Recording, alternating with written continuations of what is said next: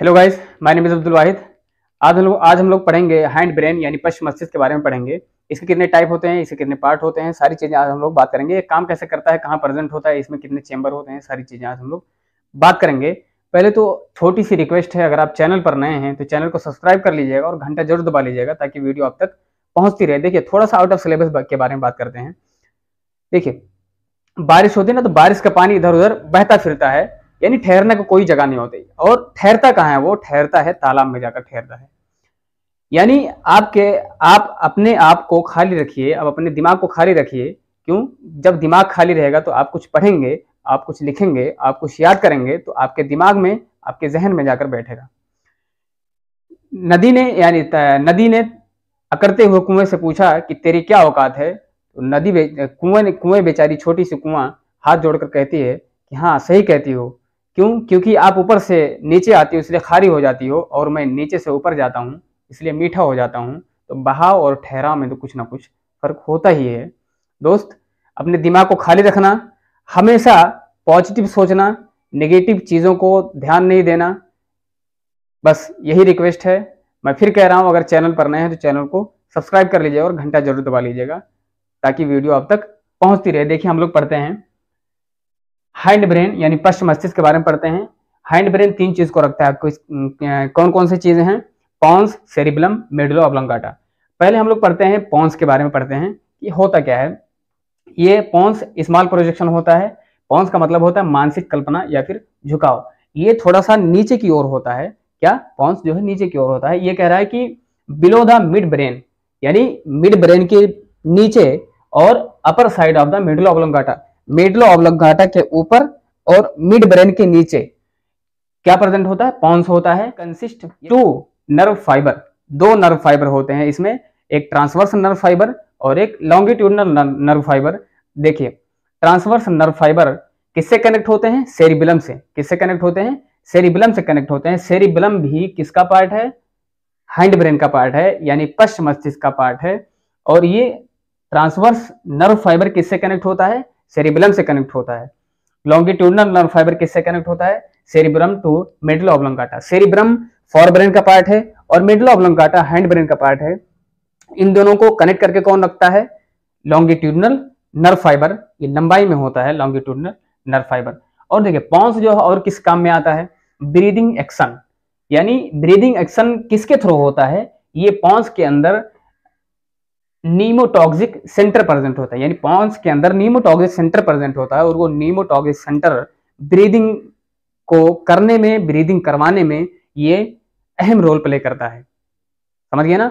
अहम role play करता है। लिख लीजिए। हैंड ब्रेन के दूसरे पार्ट के बारे में, सेरिब्रम के बारे में पढ़ते हैं। ठीक है, सेरिब्रम बच्चों में ज्यादा डेवलप नहीं होता है, इसलिए बच्चे जब छोटे होते हैं, चलते हैं तो कोई ऐसे करके चलते हैं और गिर भी जाते हैं, बहुत जल्दी गिर भी जाते हैं। यानी 2 कदम 1 कदम चलते हैं तो गिर जाते हैं।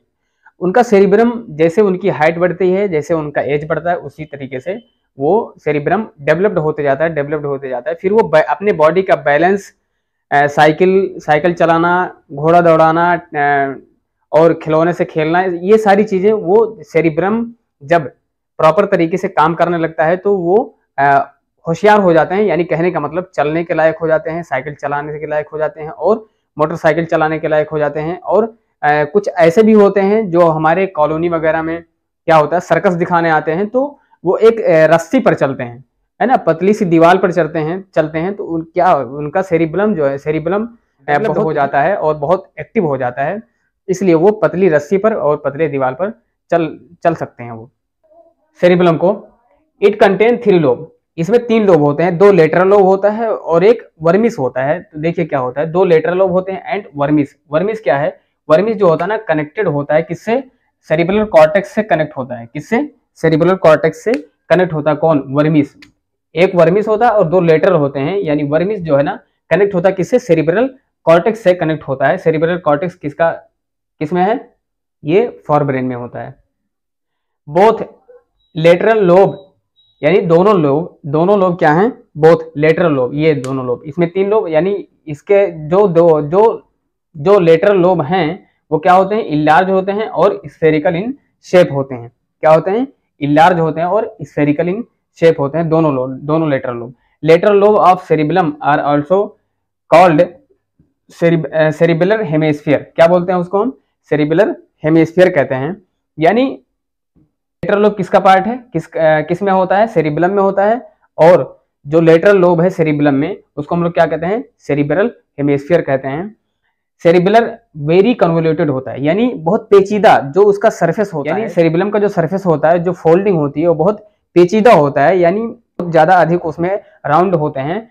सेरिबेलर जो है provide additional space for many neurons. जो ब्रेन के अंदर जो न्यूरॉन है, ब्रेन के अंदर जो न्यूरॉन है, बहुत सारे न्यूरॉन है, 1 बिलियन से अधिक न्यूरॉन प्रेजेंट है हमारे ब्रेन के अंदर। तो जो न्यूरॉन हैं उनमें एडिशनल स्पेस प्रोवाइड देता है। एडिशनल स्पेस दोनों को सटने नहीं देता है, यानी एक कोई गैप बना के रखता है। वो गैप कौन बना के रखता है? बना के रखता है। आउटर पार्ट किसका बना होता है? सेरिबेलम का आउटर पार्ट किसका बना होता है? ग्रे मैटर का बना होता है। और इनर पार्ट व्हाइट मैटर का बना होता है। इनर पार्ट व्हाइट मैटर का बना होता है। लिख लीजिए। अब पढ़ते हैं मेडुला ऑब्लोंगाटा के बारे में। मेडुला ऑब्लोंगाटा कहिए या फिर मेडुला कहिए। देखिए ये जो है कैसे काम करते हैं, यानी इनवॉलंटरी एक्शन, इनवॉलंटरी एक्टिविटीज के बिहाफ पर ये काम करते हैं। हार्ट का काम करना, रिस्पायरेशन, डाइजेशन, वोमिटिंग, विनोइंग और जमुआई वगैरह, छींकना, ये सारी चीजें कौन कंट्रोल करता है? ये सारी चीजें कौन कंट्रोल करता है? मेडुला ऑब्लोंगाटा कंट्रोल करता है, यानी मेडुला कंट्रोल करता है। मेडुला ऑब्लोंगाटा कहिए या फिर मेडुला कहिए, दोनों चीजें सही है। It is posterior part. ये क्या है? ब्रेन का पोस्टीरियर पार्ट, यानी हाइंड ब्रेन का सबसे पीछे वाला पार्ट होता है। ये सबसे पीछे वाला पार्ट होता है, यहाँ प्रेजेंट होता है, यहाँ खाली स्पेस होता है। यहाँ किसी को मारना भी नहीं चाहिए। अगर मारते हैं ना तो उसका ब्रेन भी डैमेज हो सकता है। और कभी कभी ऐसा होता है कि कोई अगर मारता है ना तो ऐसा लगता है कि आंख मतलब सामने पूरा अंधेरा हो गया, चिंगारी निकल रहा है। क्यों? क्योंकि यहाँ फ्री स्पेस होता है और ये बहुत ही नाजुक पार्ट होता है। यहाँ बोन वगैरह नहीं प्रेजेंट है। आप हाथ लगा के देखेंगे तो ये मसल्स अंदर जाता है ना। ऊपर लगा के देखेंगे तो नहीं जाता है, जा रहा है, लेकिन यहाँ लगा के देखें ना तो अंदर जा रहा है, उंगली अंदर जाता है। इसलिए जो है वहां पीछे क्या ब्रेन में ही कहीं पर भी नहीं मारना चाहिए किसी को। It is tubular and cylindrical in shape. Medulla oblongata कैसे, क्या इसका शेप क्या होता है? ट्यूबुलर होता है, लंबाई में होता है, और सिलेंड्रिकल इन शेप होता है, थोड़ा गोलाई में होता है। क्या? सिलेंड्रिकल इन शेप, थोड़ा लंबा और गोले में होता है। Medulla to the spinal cord. ये मेडुला क्या करता है? स्पाइनल कॉर्ड से कनेक्ट करके रखता है। क्या? मेडुला जो है स्पाइनल कॉर्ड को कनेक्ट करके रखता है। यानी ब्रेन कहीं बिजी हो जाता है तो कौन देखता है? हमारे बॉडी की एक्टिविटीज को, बॉडी को जो है एक्टिव रखना कौन देखता है? स्पाइनल कॉर्ड देखता है। स्पाइनल कॉर्ड देखते हैं। यानी पिछले वीडियो में, ब्रेन के पिछले वीडियो में हम जो है उसको डिफाइन किए हैं। मैं उसका लिंक जो है डिस्क्रिप्शन में डाल दूंगा, उसको भी आप लोग देख लीजिएगा। Mid brain pons and medulla are situated in one axis is called brain stem. क्या? ब्रेन स्टेम हम उसको कहते हैं। क्या कहते हैं? ब्रेन स्टेम कहते हैं। देखिए ब्रेन पॉन्स एंड मेडुला ये तीनों के तीनों एक जगह सिचुएटेड होते हैं, यानी एक ही एक्सिस पर होते हैं, जिसको हम लोग क्या कहते हैं? ब्रेन स्टेम कहते हैं। क्या कहते हैं? ब्रेन स्टेम कहते हैं। It is most important. और ये मेडुला ऑब्लोंगाटा ना हाइंड ब्रेन का बहुत इंपॉर्टेंट पार्ट होता है।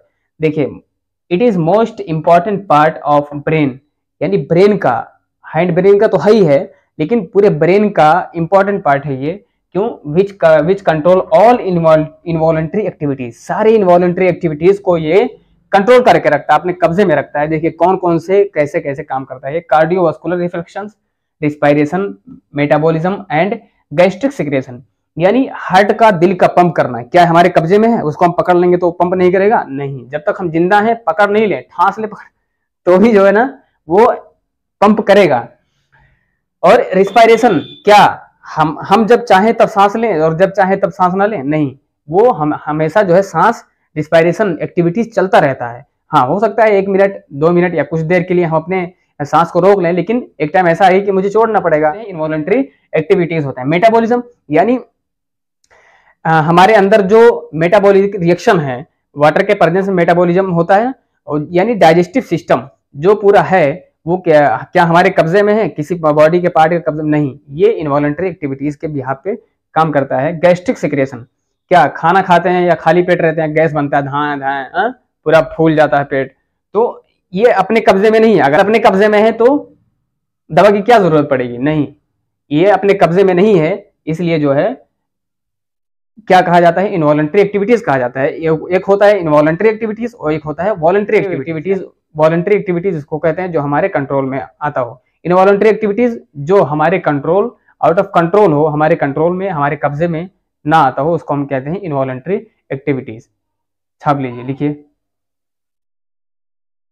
दोस्तों वीडियो अगर अच्छी लगी तो लाइक करना, शेयर करना, कमेंट करना और दोस्तों के पास भी शेयर करिएगा, रिलेशन में भी शेयर करिएगा, ताकि वीडियो उन तक भी पहुंचे